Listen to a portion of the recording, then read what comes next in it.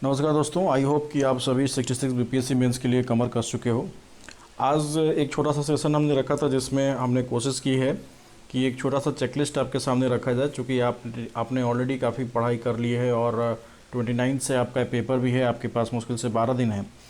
तो बहुत ज़्यादा आपको डिस्टर्ब ना करते हुए केवल एक चेकलिस्ट बनाई बनाई है हमने, ताकि आप पॉलिटी एंड गवर्नेंस के टॉपिक्स को आपने कहाँ तक कवर किया है। इसमें 2-3 पार्ट आएंगे, ये फर्स्ट पार्ट है। अब देखिए, सबसे पहले अगर बात करेंगे तो हम कॉन्स्टिट्यूशन की बात करेंगे। कॉन्स्टिट्यूशन में आपने फंक्शंस देखा है क्या, कि कॉन्स्टिट्यूशन के क्या क्या फंक्शंस होते हैं, इसके क्या लिमिटेशंस होते हैं, और कॉन्स्टिट्यूशन का रेलेवेंस आज के डेट में क्यों है। क्योंकि बहुत से कंट्रीज़ में कॉन्स्टिट्यूशन है भी, रिटन है, कई जगह अनरिटन है, कई जगह लोग मानते हैं, कई जगह लोग नहीं मानते हैं। तो ये सारी चीज़ें कॉन्स्टिट्यूशन से रिलेटेड चीज़ें हैं जो आ सकती हैं। इसके अलावा हम जानते हैं कि हमारा एक बेसिक स्ट्रक्चर का डॉक्ट्रिन जो केशवानंद भारती केस में है, इसका क्या पॉजिटिव है और क्या निगेटिव है, किस तरह से जुडिशरी इसका निगेटिव यूज़ कर रही है, किस तरह से इसका पॉजिटिव यूज़ कर रही है। ठीक है, तो ये एक पॉइंट है जिसमें आप बेसिक स्ट्रक्चर को देख सकते हैं। इसके बाद डिफरेंट जो अपना कॉन्स्टिट्यूशन है, इंडियन कॉन्स्टिट्यूशन, इसमें अलग अलग डिफरेंट कॉन्स्टिट्यूशन से अलग अलग चीज़ें ली गई हैं। कुछ चीज़ें गवर्नमेंट ऑफ इंडिया एक्ट 1935 से भी ली गई हैं। तो उनके क्या क्या एलिमेंट्स कहाँ कहाँ से लिए गए हैं और उनके क्या कंपैरिजन है, इंडियन कॉन्स्टिट्यूशन के कौन से प्रोविजन से यूएस कॉन्स्टिट्यूशन से भिन्न हैं, कौन से प्रोविजन यूके कॉन्स्टिट्यूशन से भिन्न है, किस तरह के सिमिलैरिटीज़ हैं, डिसिमिलैरिटीज़ हैं। खास करके अभी रिसेंटली जो यूएस में इम्पीचमेंट का प्रोसेस हुआ था, डोनाल्ड ट्रंप का 2-2 बार हुआ था, तो इम्पीचमेंट प्रोसेस प्रेसिडेंट का भारत में और यूएस में कैसे अलग अलग है, और किस तरह से यहाँ के हाउसेस का रोल और वहाँ के हाउसेस का रोल डिफरेंट है। तो ये सारी चीज़ें पूछी जा सकती हैं और इसके विषय में आपको पूरी तरह से प्रिपेयर रहना चाहिए। इसके बाद अगर आप देखो, बात करो, तो ये अमेंडमेंट प्रोसीजर्स, अपने देश में अमेंडमेंट प्रोसीजर्स रिजिड भी हैं और फ्लेक्सिबल भी हैं। तो आर्टिकल 368 के तहत कौन कौन से अमेंडमेंट प्रोसीजर है, कौन कौन से अमेंडमेंट प्रोसीजर उसके बाहर आते हैं, इसके बारे में आपको लिखना होगा कि इनका रेलेवेंस क्या है, उनको क्यों रिजिड और फ्लेक्सिबल दोनों बनाया गया। बहुत ज़्यादा अपने आप को दिमाग नहीं लगाना है, इसमें आपको सर्टेन 4-5 छोटे छोटे स्मॉल पॉइंट्स ही आपको नोट करना है। ठीक है, इसके ऊपर कोई जजमेंट आया हो तो उसको आप जॉट डाउन कर लीजिए। अगर कोई आपको ऐसा लगता है कि कोई डेटा हो, उसको आप जॉट डाउन कर लीजिए। यही सब चीज़ें आपको करनी है। नेक्स्ट पॉइंट अगर आप देखो तो fundamental rights versus fundamental duties, ये एक कंट्रोवर्सी हमेशा से रही है भारत में। जुडिशरी और जो हमारा लेजिस्लेचर है, इसके बीच में काफ़ी टसल भी रहा इंदिरा गांधी के टाइम में, कि फंडामेंटल राइट्स ऊपर हैं कि फंडामेंटल ड्यूटीज़ ऊपर हैं। इसके बाद जो सब्सिक्वेंट केसेस आए जो हमारे सुप्रीम कोर्ट के पास, उनने क्या इसमें फाइनल जजमेंट दिया है, और आज के डेट में फंडामेंटल ड्यूटी ज़्यादा इंपॉर्टेंट है कि फंडामेंटल राइट्स इंपॉर्टेंट है, क्योंकि पेंडेमिक का टाइम चल रहा है। तो पेंडेमिक के टाइम में आपको ड्यूटीज़ भी निभानी है, क्योंकि जो लोग सफ़र कर रहे हैं उनके प्रति क्या ड्यूटी है, प्रोटोकॉल से उनको मानने की क्या ड्यूटी है, और फंडामेंटल राइट्स जो आपकी खुद की राइट्स है, ताकि राइट टू मेडिकल सर्विसेज ये है, कि राइट टू हेल्थ ये जो है, ये मेरी फंडामेंटल राइट्स में आता है आर्टिकल 21। तो ये सारी चीज़ों को, चूंकि करंट में चल रहा है, इसीलिए आपको इसके बारे में थोड़ी बहुत जानकारी होनी चाहिए कि fundamental rights versus fundamental duties में क्या क्या पॉइंट्स है, क्या क्या इश्यूज़ हैं। ठीक है, आइडियल्स और प्रियम्बल, प्रियम्बल में जो से आइडियल दिए गए हैं, जैसे प्रियम्बल में अगर आइडिया दिया गया है सोशलिस्ट, तो सोशलिस्ट कहाँ तक आज के डेट में मैटर कर रहा है, भारत क्या सोशलिस्ट पैटर्न पर जा रहा है। अगर आइडिया दिया गया है सेकुलर, आइडिया अगर दिया गया है कि सेकुलर है, तो क्या सेकुलरिज्म वाकई में है, क्यों सेकुलरिज्म होना चाहिए, क्यों नहीं होना चाहिए, क्यों नहीं रखा गया जो ओरिजिनल प्रियम्बल था इसके ऊपर में। अगर आपको बात करें डेमोक्रेटिक, तो कहाँ तक आप डेमोक्रेसी को, आज के डेट में डेमोक्रेसी कहाँ तक अपने देश में एग्जिस्ट कर रही है, क्या इसका रोल रहा है भारत को इतना आगे तक ले आने में। तो ये सब चीज़ें रहती हैं जो प्रियम्बल के कई बार पूछ देता है। जैसे एक बार यूपीएससी में भी पूछ दिया था ऐसा, कि जो प्रियम्बल्स के आइडियल्स हैं उनके बारे में डिस्कस करें। तो आपको मालूम तो है, बट एग्जैक्ट वर्ड्स आपको नहीं अगर मालूम रहेंगे तो आप कुछ भी लिख कर चले आओगे, तो कुछ भी लिख कर आने से नहीं नम मार्क्स मिलेंगे। आपको एग्जैक्टली जो चीज़ है, जो पूछा गया है, वो चीज़ लिखोगे तो ही मार्क्स मिलेंगे। इसके लिए आपको क्लियर कट डेफिनेशंस याद होने चाहिए कि इसका डेफिनेशन ये होता है, ये कॉन्टेक्स्ट ये है, और इस कॉन्टेक्स्ट में ये बात की जा रही है। देखो, 2 आर्टिकल्स जो फंडामेंटल राइट्स में काफ़ी इंपॉर्टेंट है, वो आर्टिकल 21, क्योंकि ये ईवर एक्सपेंडिंग है। आज के डेट में जुडिशरी ने इसको काफ़ी पावरफुल आर्टिकल बना दिया है, और आर्टिकल 32 तो है ही, क्योंकि जुडिशियल रेमेडी इससे ही आपको डायरेक्ट आप सुप्रीम कोर्ट में जा पाते हो। तो आर्टिकल 32 और आर्टिकल 21, इन दोनों को कोरिलेट करो कि आर्टिकल 21 से किस तरह जुडिशरी ने हमको प्रोटेक्ट भी किया है, और किस तरह आर्टिकल 21 ने सरकार को एक तरह से बैलेंसर का काम किया है, चेक एंड बैलेंसेस का यूज़ किया है हमारे जुडिशरी ने, और इसको सरकार के पावर्स को लिमिट किया है। इसमें बहुत सारे केसेस हैं, जैसे मेनका गांधी के केस में नैरो इंटरप्रिटेशन क्या होता है, वाइड इंटरप्रिटेशन ऑफ क्या राइट टू लाइफ क्या होता है, तो ये सारी चीज़ें इसमें आएंगी। इसके बाद पार्लियामेंट्री फॉर्म जो है, वाई पार्लियामेंट्री फॉर्म, तो ये तो एक बेसिक क्वेश्चन है कि वाई पार्लियामेंट्री फॉर्म। बट अगर आपसे पूछा जाए, कहा जाए कि आप इस पर 10 पॉइंट लिखो, तो क्या आप इस पर लिख पाओगे? आप नहीं लिख पाओगे। तो पार्लियामेंट्री फॉर्म ऑफ गवर्नमेंट क्या होता है, इसके कौन कौन से हेडिंग, सब हेडिंग्स, इसमें क्या क्या पॉइंट्स बनेंगे, ये सब चीज़ें जानकारी होनी चाहिए अपने को। इसके बाद डीपीएसपी में अगर आओ तो directive principle of state policy का रेलेवेंस क्या है आज के डेट में, ठीक है। इसके प्रोविजंस कौन कौन से हैं, अलग अलग प्रोविजंस है, socialist provisions, liberal position provisions, Gandhian provisions, तो इन प्रोविजंस का क्या रेलेवेंस है और ये कौन से प्रोविजंस हैं। दूसरा, इसमें जो 42nd 44th अमेंडमेंट हुए तो बहुत सारी चीज़ों को चेंज भी किया गया। अभी रिसेंटली भी राइट टू एजुकेशन के टाइम में इसको चेंज किया गया। तो कौन कौन से अमेंडमेंट्स हुए हैं, ये डायरेक्ट प्रश्न है जो पूछे जाते हैं। और अक्सर क्या होता है कि हमको नॉलेज नहीं होता है, क्योंकि हमने बहुत सारा कॉम्प्लेक्स चीज़ पढ़ रखा है कि इसकी एनालिसिस कैसे करेंगे, इसमें सुप्रीम कोर्ट ने क्या कहा और हाई कोर्ट ने क्या कहा, सरकार ने क्या कहा, लेकिन इसके बारे में ये जो छोटे छोटे पॉइंट्स हैं, ये पॉइंट्स हम मिस कर जाते हैं। और एग्जाम में अक्सर हमको लगता है कि जा आप क्या करें, ये तो देखा ही नहीं है, क्या पॉइंट्स इसमें बनेंगे कुछ समझ में नहीं आ रहा, ठीक है। इसके बाद अगर आप देखो तो देखो, राज्यसभा हमेशा से एक काफ़ी बड़ा टॉपिक रहता है राज्यसभा, और अक्सर इससे प्रश्न पूछा जाता है। तो देखो राज्यसभा का पावर क्या है, तो जो स्पेशल आर्टिकल्स राज्यसभा को दिए गए हैं 249 आर्टिकल 352, ये दोनों आप ध्यान में रखो कि 249 में क्या है और 352 में क्या है।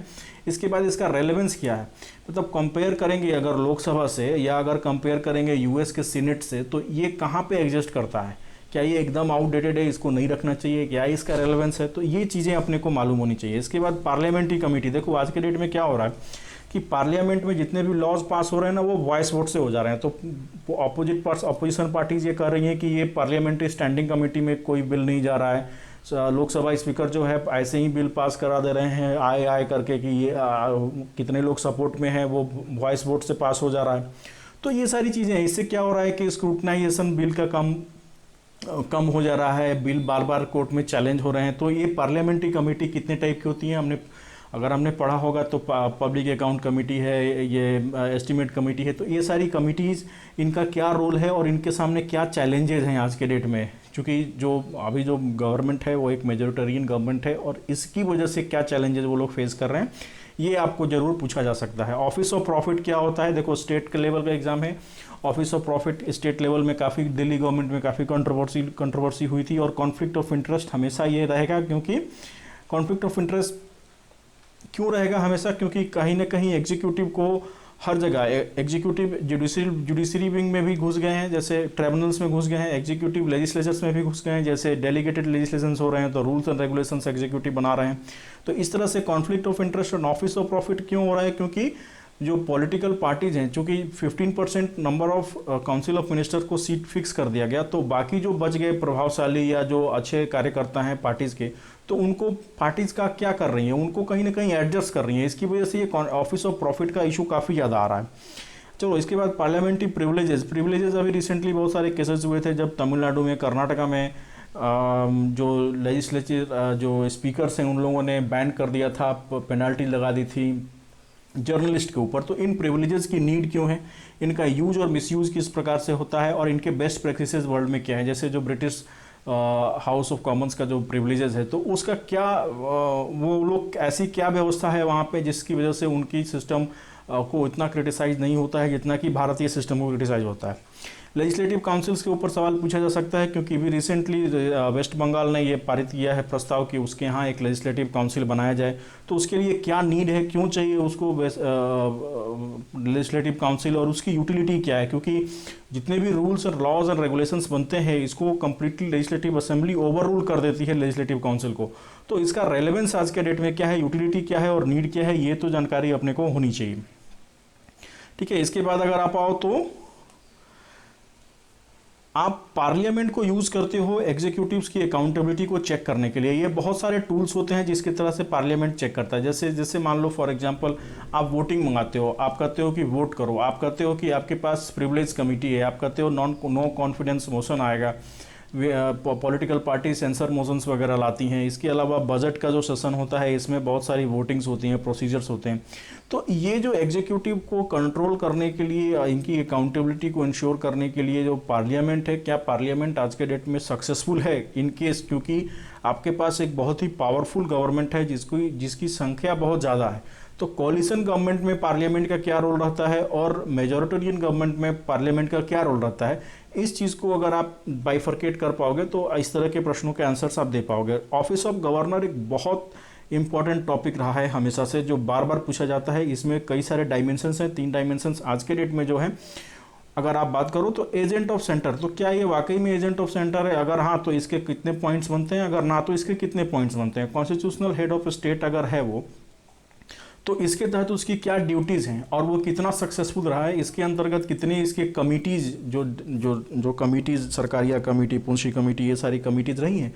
तो इन लोगों ने, इन कमीशंस ने किस तरह से इस ऑफिस को स्ट्रेंथन करने के लिए, कॉन्स्टिट्यूशनल हेड ऑफ स्टेट को बनाए रखने के लिए, ऑफिस की सैंक्टिटी बनाए रखने के लिए किस तरह से काम किया है, इनके क्या डिस्क्रिशनरी पावर है। देखो, डिस्क्रिशनरी पावर बार बार पूछा जाता है। क्यों पूछा जाता है? क्योंकि अभी रिसेंटली ऐसा हुआ है कि गवर्नर कहते हैं कि आप सेशन, असेंबली के हाउस की सेशन तुरंत बुलाइए। आप ऐसा नहीं कर सकते। अभी रिसेंटली दिल्ली में बहुत सारे ऐसे केसेस हो रहे हैं। तो वो लेफ्टिनेंट गवर्नर, वो एक डिफरेंट टॉपिक है, बट एक तरह से ये सब गवर्नर से रिलेटेड टॉपिक्स आपको प्रिपेयर होने चाहिए, जितने भी डायमेंशन गवर्नर से रिलेटेड बनते हैं, क्योंकि स्टेट स्पेसिफिक एग्जाम है। इसके लिए गवर्नर से रिलेटेड टॉपिक्स तो आपको पूछेगा ही पूछेगा। इसमें आप बिल्कुल आप तैयारी करके जाइए। आप कोई शक मत रखिए कि आप अगर गवर्नर प्रिपेयर नहीं है तो नहीं, आप, क्योंकि गवर्नर अगर आप प्रिपेयर नहीं है तो फिर आप प्रेसिडेंट रूल को आप मिस कर देंगे, गवर्नर के डिस्क्रिशनरी पावर को मिस कर देंगे, आप एजुकेशन सिस्टम में गवर्नर का क्या रोल है इसको मिस कर देंगे, आप एग्जीक्यूटिव्स को कंट्रोल करने में क्या रोल है इसको आप मिस कर देंगे। ठीक है। ऑफिस ऑफ स्पीकर की बात करो तो देखो, लोकल पार्लियामेंट के लेवल पे एक डिफरेंट ऑफिस ऑफ स्पीकर का रोल हो जाता है और लेजिस्लेचर में, स्टेट लेजिस्लेचर्स में डिफरेंट रोल हो जाता है। यहाँ पे इनके पावर्स क्या हैं, इनके फंक्शंस क्या हैं, इनकी ड्यूटीज़ क्या हैं और क्या क्या इश्यूज़ हैं। फॉर एग्जाम्पल पावर्स तो लगभग सेम है, जो वहाँ के स्पीकर्स और यहाँ के फंक्शंस भी लगभग सेम है, लेकिन इनके साथ जो इश्यूज हैं वो डिफरेंट इश्यूज हो जाते हैं। अब कौन कौन से इशू हो जाते हैं? खास करके जो पार्टीजन रोल है, क्योंकि जनरली अभी देखा गया कर्नाटका में या अभी देखा गया मध्य प्रदेश में कि वहाँ पे जो स्पीकर हैं उनने एंटी डिफेक्शन लॉ के तहत उनको जो पावर्स मिली हैं, उन पावर्स का उन्होंने अच्छे से इस्तेमाल नहीं किया या उन पावर का उन्होंने गलत तरीके से इस्तेमाल किया है कि नहीं। तो ये सारी चीज़ें हैं जिसके ऊपर रोल ऑफ स्पीकर काफ़ी हो जाता है और उनको क्या क्या एक्स्ट्रा ऑर्डिनरी पावर्स हासिल हैं, जो कि even vice president of India को हासिल नहीं है, वो पावर्स स्पीकर को हासिल है। तो ये सारी चीज़ें हैं जिसको आपको प्रिपेयर करके रखनी है। इसके बाद अगर बात करो एंटी डिफेक्शन लॉ की, तो इसके क्या प्रोविजंस हैं, इसके सक्सेसेस क्या क्या रहे हैं और फेलियर्स क्या क्या रहे। अभी रिसेंटली जो शुभेंदु अधिकारी हैं, इनके फादर को और इन बाकी 2 लोगों को भी मिला है कि एंटी डिफेक्शन के तहत पार्लियामेंट ने नोटिस जारी किया है। तो ये क्यों लागू किया गया, क्या इसका बैकग्राउंड रहा, ये आज के डेट में आउटडेटेड हो गया है। करंटली क्या हो रहा है ये चीज़ जानना बहुत ज़रूरी है कि इसका सक्सेस, फेलियर और करंट फ्यूचर में चैलेंजेस क्या क्या हो सकते हैं। ठीक है। जीएनसीटी एक्ट जो अभी रिसेंटली पारित किया गया, ये एक काफ़ी इंपॉर्टेंट टॉपिक हो सकता है, क्योंकि ये एक फेडरल इशू से रिलेटेड है। स्टेट गवर्नमेंट जो चुनी हुई सरकार है, चीफ मिनिस्टर है और जो लेफ्टिनेंट गवर्नर है दिल्ली के, इनके पावर सिमेट्री एसिमेट्री को डिफाइन करती है जीएनसीटी एक्ट। तो इसके ऊपर में बहुत सारी कंट्रोवर्सी हुई है रिलेटेड टू फेडरलिज्म। तो इसके ऊपर आपको तैयार रहना चाहिए। देखिए, जो भी टॉपिक सेंटर और स्टेट के रिलेशन से आता है, इसको आपको प्रिपेयर करना है। तो अभी का जो हमारा ये छोटा सा सेशन था, इसमें हमने इन 19 क्वेश्चंस के बारे में बात की है। ठीक है। जो ये एक पार्ट है। इसके बाद हम आगे के जितने भी टॉपिक्स हमको समझ में आएंगे कि ये इंपॉर्टेंट टॉपिक है, इसके ऊपर हम आपसे ज़रूर बात करेंगे। ठीक है। तो आप इन टॉपिक्स को प्रिपेयर कर लें। प्रिपेयर करने का सबसे स्मार्ट तरीका क्या है कि आप सपोज आपने कोई चीज़